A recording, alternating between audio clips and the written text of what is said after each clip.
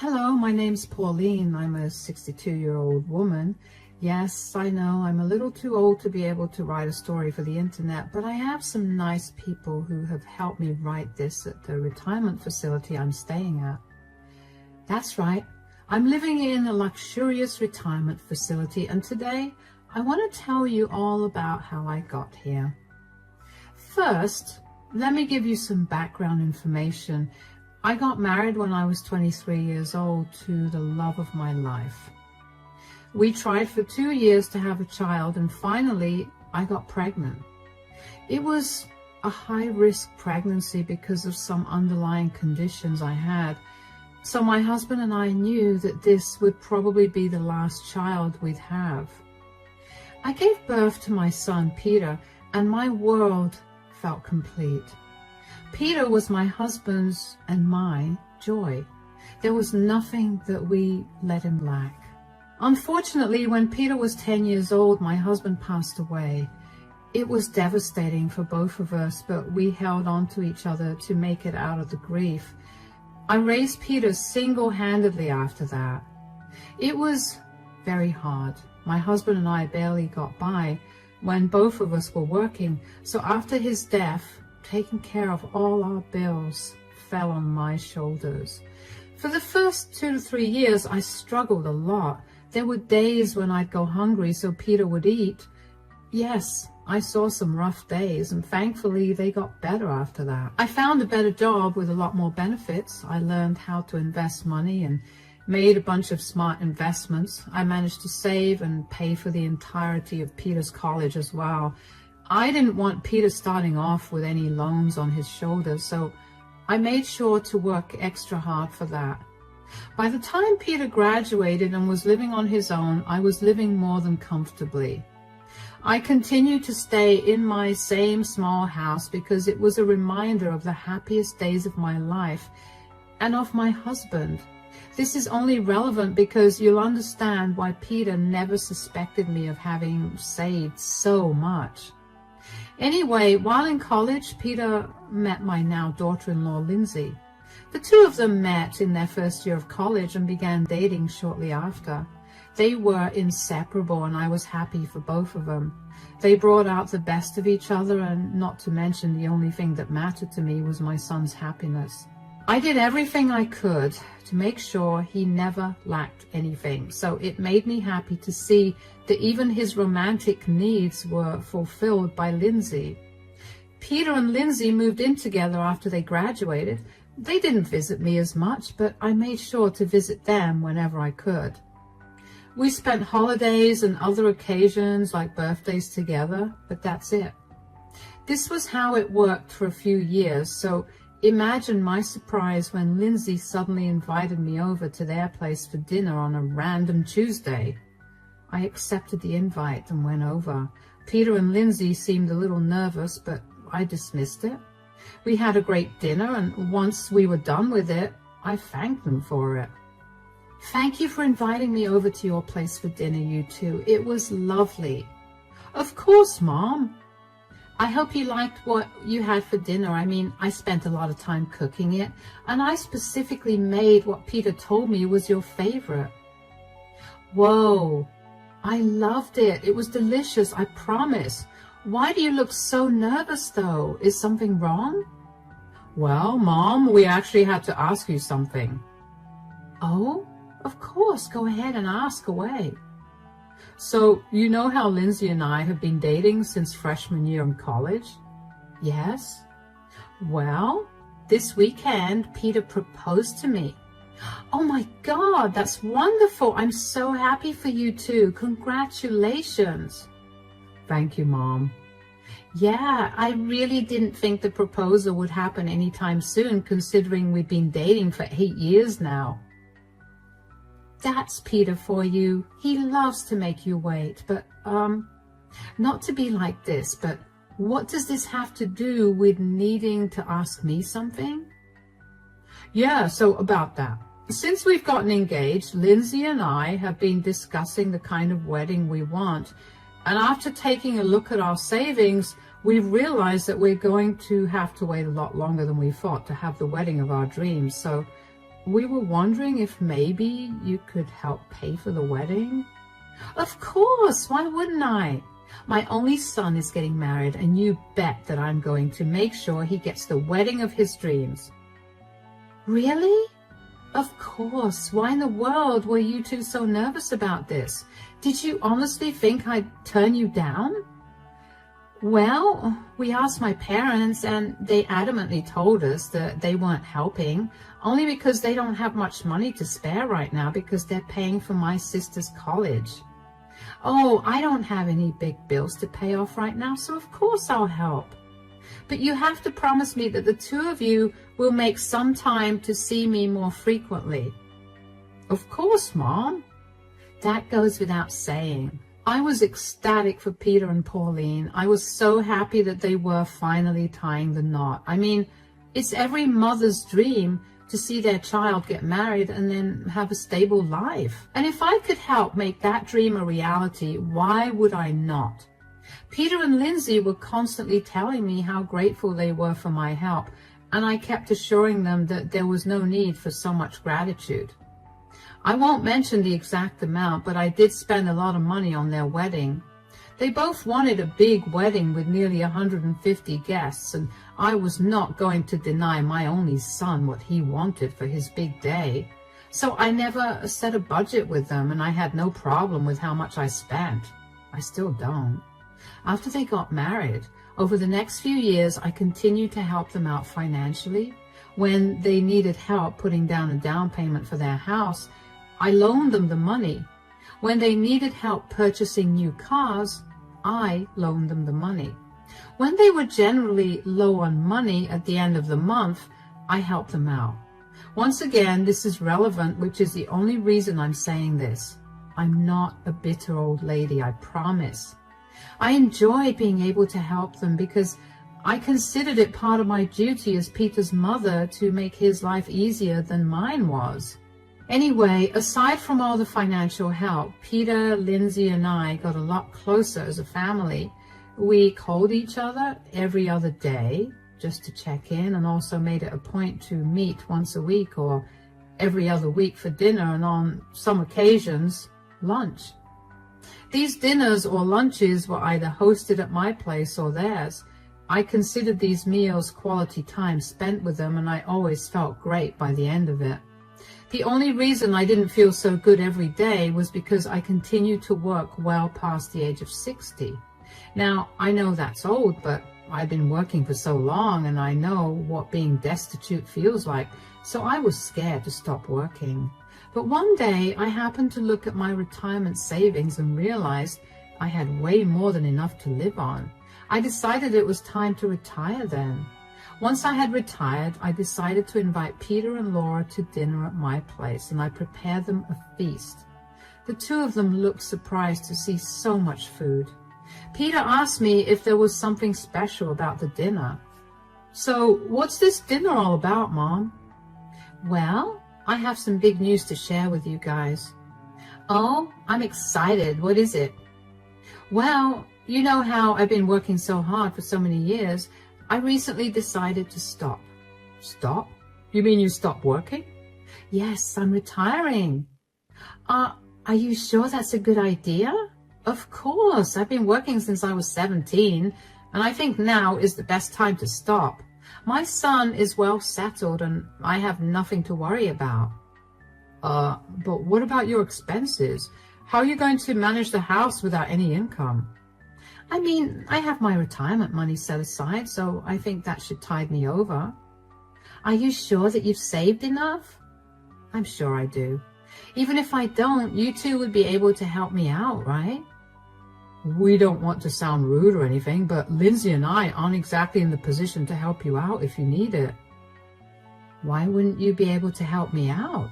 You two are earning well, and you have an extra bedroom. Sure, but we have enough to support the both of us, not a third person. Look, if it comes to it, I'll apply for government aid or something. I don't think this is something you two should be worried about. You're my mother. Of course I'm worried about you. I'm over 60, Peter. Did you expect me to keep working my entire life? I don't have it in me to keep working anymore. Yeah, but maybe you could work part-time. At least that way you're bringing in some income. I have decided to retire and that's it. I don't want any more suggestions about what I could do. I love that the two of you are concerned for me, but I know that I've got my future under control from here. If you say so, Mom. Good. Now, shall we continue with dinner? I will admit that I was a little peeved by their questions. I never questioned any of their choices, no matter what it was about, so I didn't understand why they were so intrusive about my decision. I let it go for the duration of the dinner, but after they were gone, I couldn't help but feel upset. I had hoped that they'd be happy for me, but after I revealed the reason for the dinner, the atmosphere got tense and weird. I decided to just let it all go because I figured that I was just tired from cooking for so long. I thought I was probably reading too much between the lines. Over the next few days, I busied myself with some household chores that I had ignored for way too long. I thoroughly cleaned the entire house and got rid of years' worth of junk. I tended the garden and polished all the furniture. I was having a great time, especially because I got to finally do the things I'd been meaning to do for a long time. One day, I was in a particularly good mood, so I thought I'd pay Peter and Lindsay a visit. I hadn't gotten a phone call from them in a few days, and I'd been too busy and tired to call them as well. I knew they wouldn't have a problem with me just dropping by because they told me I could do it whenever I wanted to. I bought a good bottle of wine and made a casserole for our dinner, and when I got to their place, Peter opened the door. Mom, what are you doing here? Oh, I was free and I thought I would surprise you guys with some wine and dinner. You're not allowed here. What do you mean? Let me spell it out for you. No income, no entry into this house. Are you serious? Yes. Lindsay and I have been talking about this since we last met, and we realized that we didn't want someone who wasn't earning to come into our house. But I'm your mother. Just because I don't earn money, it doesn't mean that my role as your mother is gone. Sure, but because you're my mother, we realize that you might use that to mooch off of us. Mooch? Are you kidding me right now? You do realize that I was the one who paid for everything you've ever wanted. Even the car you drive right now was bought by me. I have no reason to mooch off of you. See? We were afraid that you were going to use all the things you gave me as a reason to mooch off of us, and we were right. I'm literally bringing it up to tell you that I never intended on doing that. I don't care about money. You two were the ones that brought up my money. Believe me, I have more than enough money to live happily. I don't buy that. You probably have enough for a few years, and then you'd come crawling back to us and asking us to give you money. I'm just setting my foot down now so I can stop all of that from happening. So what? Because I've retired, you're going to cut all contact with me?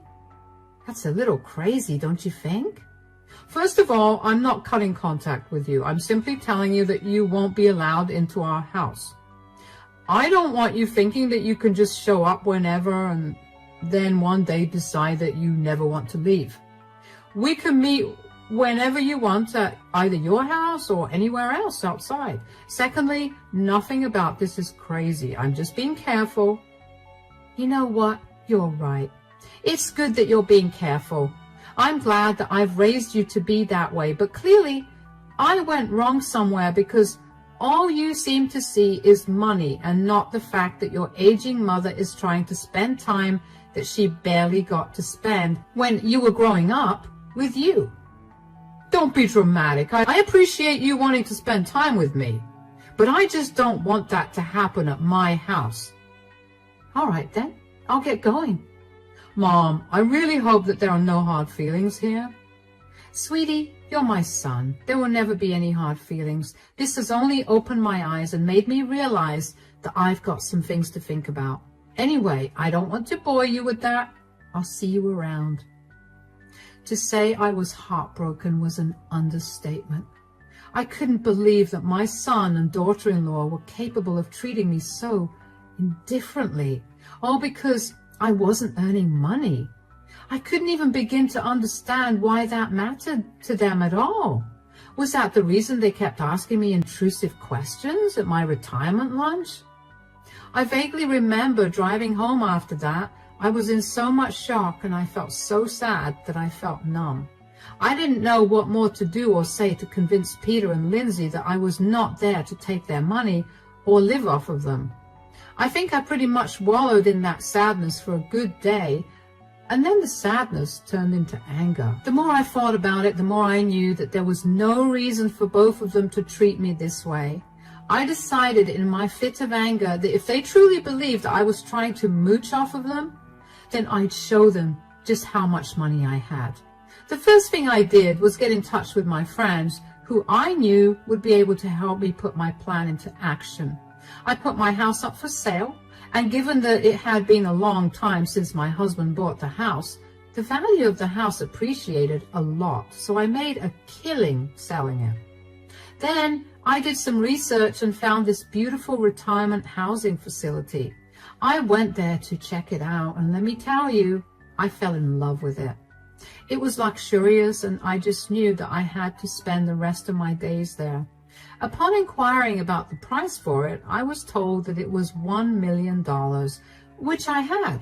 So I pretty much registered myself there immediately. I still had a good amount of money left, so I decided to get in touch with my lawyer. I had written down a will many years ago, a little while after my husband passed away, because I wanted to be prepared in case I also passed away as suddenly as my husband did.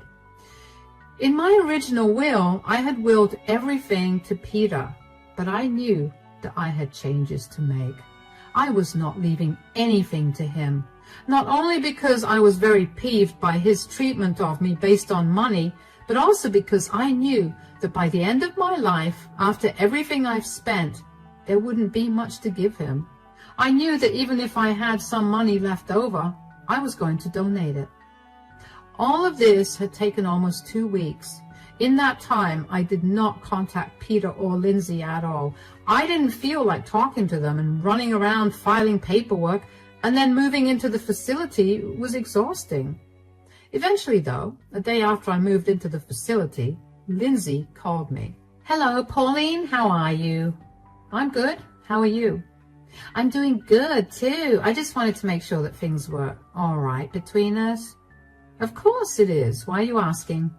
"Well, you didn't call or text us for the last 2 weeks, and we were beginning to worry." "Ah, yes, sorry. I was busy with things." "Busy? What have you been up to?" "I figured it was time for me to leave my house." "What? What do you mean?" "You guys made it pretty clear that you didn't want me around, and you were right. What was I going to do in my house? Might as well move someplace else, so that's what I did." "We didn't mean that we didn't want you to be around us."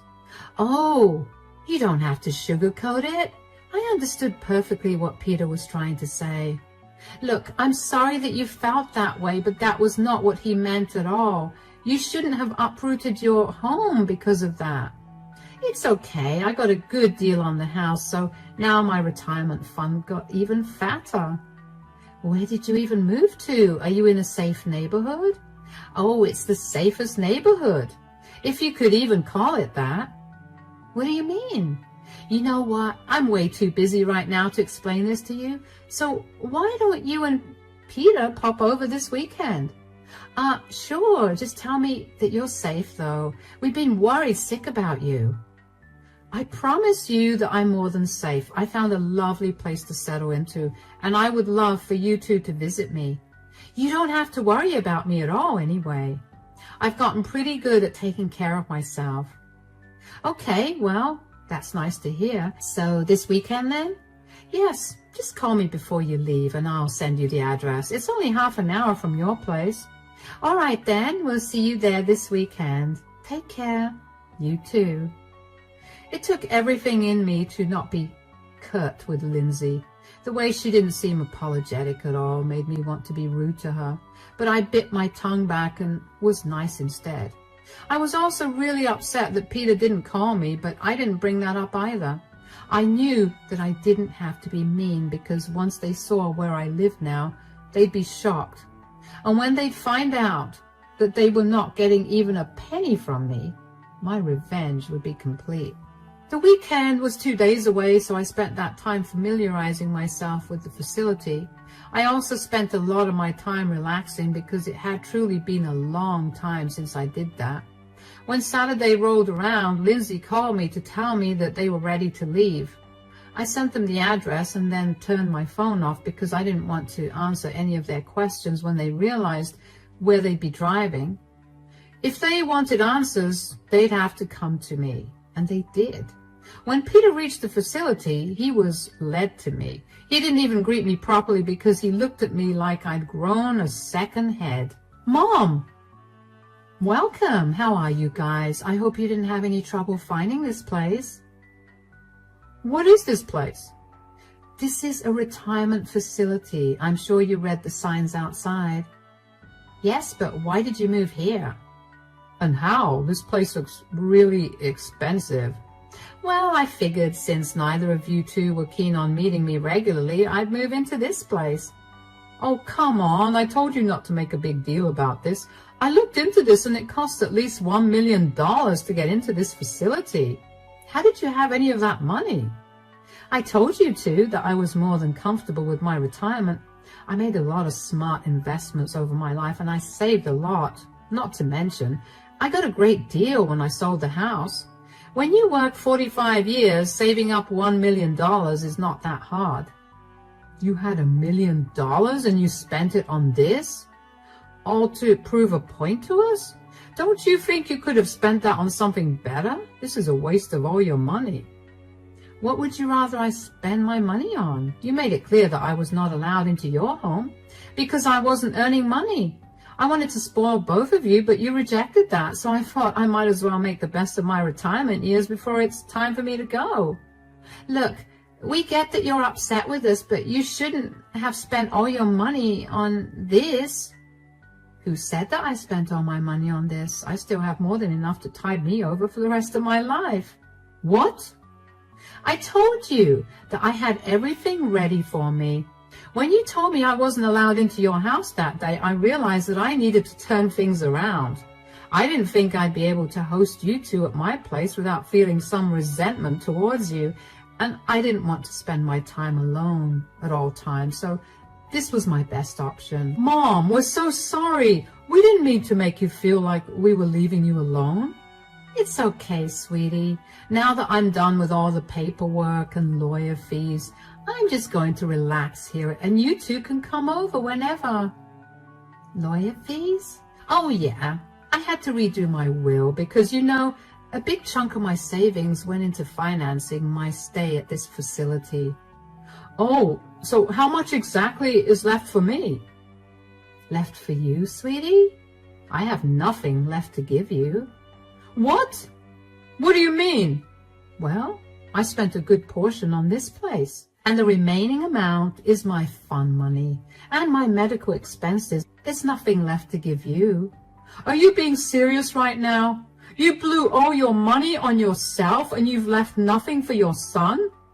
If I remember correctly, you two were making enough to support yourself, so you clearly didn't want me to help, right? You're psychotic. You got so upset at your son that you cut him out of your will and spent all your money on yourself. I worked hard for this money.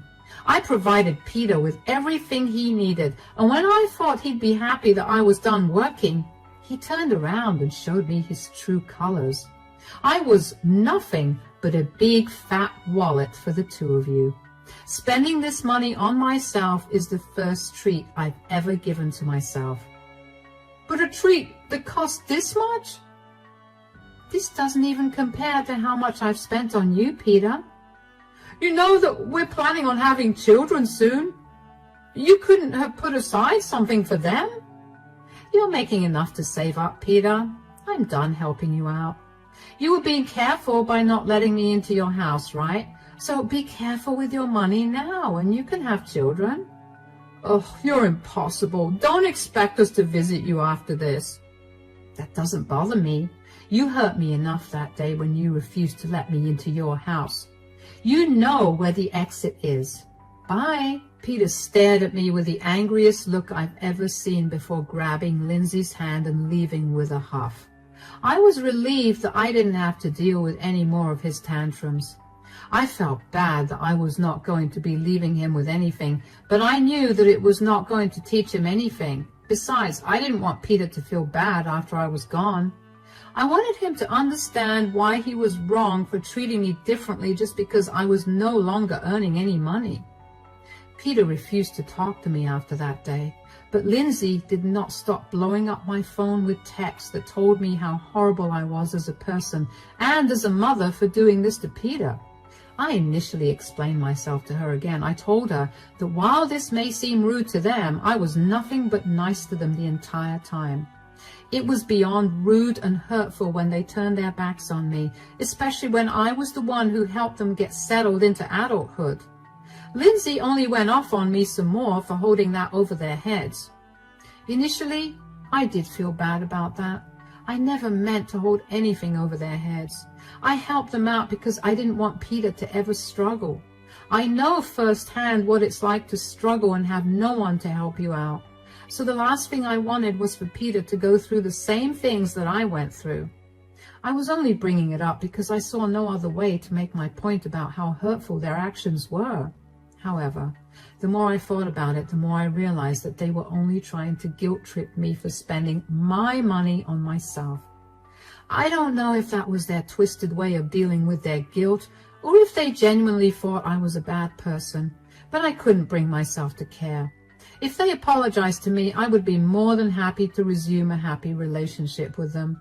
Even if they did not apologize, I know in my heart that I did nothing wrong against them. I did everything to provide for Peter and never once spent on myself the way that I did on him, which I know is my duty as a mother, but even when I had money and Peter was living on his own, I still spent on him more than I did on myself. There's no reason for me to feel bad about making the last years of my life more comfortable, especially since my own son told me that he did not plan on helping me out. Anyway, I decided to mute Lindsay's chat so she could go on ranting for however long she wanted and I wouldn't have to constantly be reminded of her and Peter. It's been nearly 2 months since I last spoke to Peter or Lindsay, and I can honestly tell you that I'm at peace. I'm enjoying my time at this retirement facility, and I finally picked up some of my old hobbies again. I'm happy and stress-free after so many years, and I'm going to make sure that nothing ruins this for me.